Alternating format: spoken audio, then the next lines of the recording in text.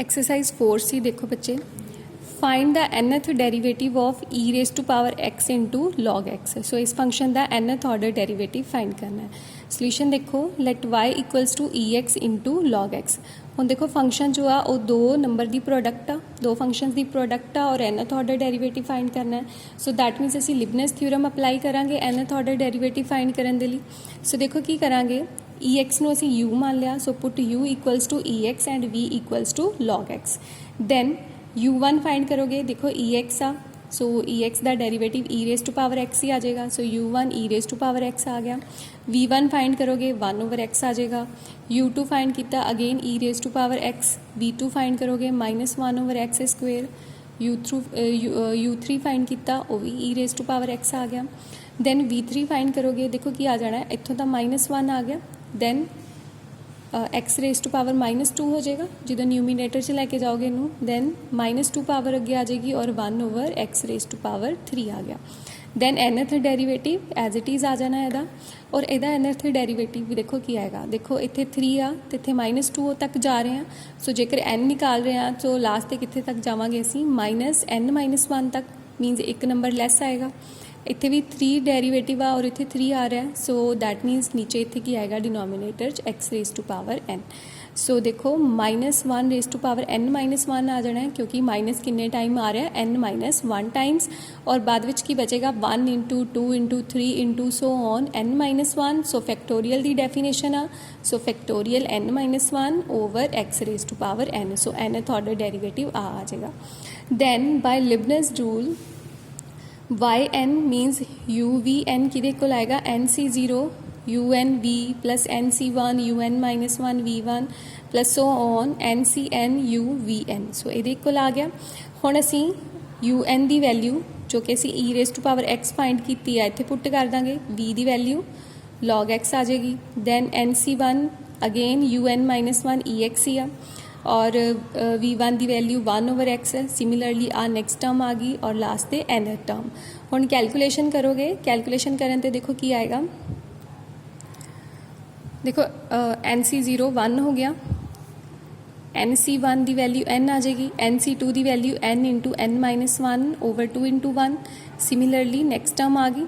Then e raise to power x common आ, so common निकालते और कैलकुलेशन करन ते लास्ट ते साडे कोल nth ऑर्डर डेरीवेटिव इस फंक्शन दे इक्वल आ जाएगा। सो इदा असी दो फंक्शन की प्रोडक्ट का nth ऑर्डर डेरीवेटिव फाइंड कर सकते हैं। सो नैक्सट सम देखो, find the nth derivative of e raise to power x sine x into sine 2x। So आ फंक्शन सानू गिवन आ।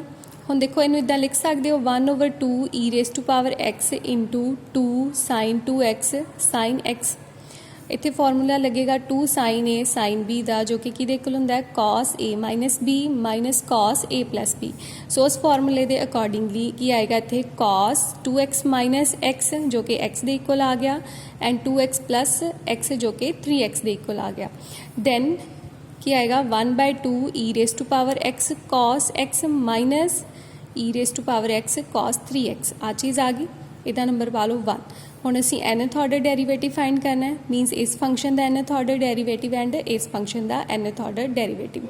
सो की करांगे, दोनों नू अलग अलग करके सॉल्व कर लांगे एंड दैन कंबाइन कर देंगे रिजल्ट। सो देखो, so firstly consider e raise to power x cos function. हुण e raise to power x नू असी u मान लिया और कॉस नू v मान लांगे। दैन u1 का डेरीवेटिव ई एक्स, सो क्योंकि e raise to power x का derivative e raise to power x ही रहना है, सो u1 भी e raise to power x आ गया, u2 भी e raise to power x and un भी की आ जाएगा e raise to power x। हुण देखो v1 फाइंड करोगे, कॉस का डेरीवेटिव माइनस साइन x आ गया। हुण माइनस साइन x नू इदां लिख सकते हो cos x plus π/2।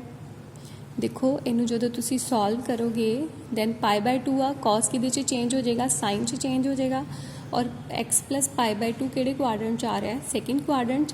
Second quadrant cos की हुंदा नैगेटिव, सो नैगेटिव साइन आना सी इत्थे। सो माइनस, सो इहदी वैल्यू की आ जानी है minus sine x. So minus sine x किहदे कोल आ गया, cos x plus π/2। Then further derivative करोगे, माइनस साइन एक्स का डेरीवेटिव माइनस कॉस एक्स आ जाएगा। इनू असीं लिख सकते हैं कॉस पाई प्लस एक्स, क्योंकि पाई प्लस एक्स जोड़ा वो थर्ड ਕੁਆਡਰੈਂਟ 'ਚ ਹੁੰਦਾ ਔਰ ਥਰਡ ਕੁਆਡਰੈਂਟ 'ਚ cos ਕੀ ਆ ਨੈਗੇਟਿਵ ਸੋ ਇਹੀ ਵੈਲਿਊ ਆਉਣੀ ਸੀ ਸੋ ਦੈਟ ਮੀਨਸ ਇਹਦੀ ਜਗ੍ਹਾ ਅਸੀਂ ਲਿਖ ਸਕਦੇ ਹਾਂ cos ਪਾਈ ਪਲੱਸ x ਦੈਨ ਪਾਈ ਨੂੰ ਲਿਖ ਸਕਦੇ ਹੋ 2 ਇੰਟੂ ਪਾਈ ਬਾਈ 2 ਸੋ ਦੇਖੋ ਇੱਥੇ v2 ਆ ਤੇ ਇੱਥੇ 2 ਆ ਰਿਹਾ ਇੱਥੇ v1 ਆ ਤੇ ਇੱਥੇ ਕਿੰਨਾ ਆ ਰਿਹਾ 1 ਆ ਰਿਹਾ ਸੋ देखो जेकर असी vn फाइंड करांगे दैन वो की आ जाना है cos x as it is plus इत्थे 2 की जगह की आ जाएगा n क्योंकि इत्थे जे 2 आ तो इत्थे 2 आ रहा है इत्थे 1 है तो इत्थे कितना आ रहा है 1 आ रहा है सो आ साडे कोल लास्ट ते vn आ जाएगा हुण देखो बाय लिबनस रूल डेरीवेटिव रिजल्ट लिख लांगे असी एंड दैन असी इत्थे un -1 v1 ये सारियां वैल्यूज़ पुट कर दांगे तो साडे कोल आ इक्वेशन बन जाएगी हुण इस इक्वेशन का नंबर पा लो 3 हाँ जी हुण नैक्सट टर्म असी कंसीडर करांगे e raise to power x cos 3x so इनू टी मान लिया इनू एस मान लांगे दैन फरदर इहदा डेरीवेटिव दा e raise to power x ही आना S1 फाइंड करोगे -3 sin 3x आ जाएगा सो सिमिलरली इनू लिख सकते हो 3 cos 3x plus pi by 2 जिवें कि असीं पहलां डिस्कस किया बिल्कुल सेम उदा ही सो डेरीवेटिव करन ते नैक्सट डेरीवेटिव करन ते की आ गया -9 sin 3x सो 3 square cos 3x plus pi आ जाएगा और पाई नू लिख सकते हो 2 into pi by 2 so n derivative की आना है देखो इतने 3 रेज टू पावर 2 आ सो एस एन फाइंड करोगे तो 3 raise to power n cos 3x plus n into pi by 2 आ जाएगा so then again Leibniz rule apply करोगे और वैल्यूज़ पुट करोगे तो आ इक्वेशन आ जाएगी हुण देखो 3 एंड 4th इक्वेशन जो आईयां ने उन्होंने तुसी पुट करोगे इक्वेशन नंबर 2 दे विच दैन nth ऑर्डर डेरीवेटिव आ जाएगा सो वाई एन दे विच वैल्यूज़ पुट करांगे असी इक्वेशन नंबर 3 एंड 4 चों सो आ इक्वेशन बन जाएगी दैन जो टर्म्स कॉमन ने वो कॉमन निकाल के लास्ट ते साडे कोल आंसर आ जाएगा सो इदां तुसी nth ऑर्डर डेरीवेटिव फाइंड कर सकते हो जे कि तुहानूं 2 टर्म्स दित्तियां ते दोनों टर्म्स का अलग अलग nth ऑर्डर डेरीवेटिव फाइंड करके दैन लास्ट ते डेरीवेटिव नूं कंबाइन करके फाइनल आंसर आ जाएगा।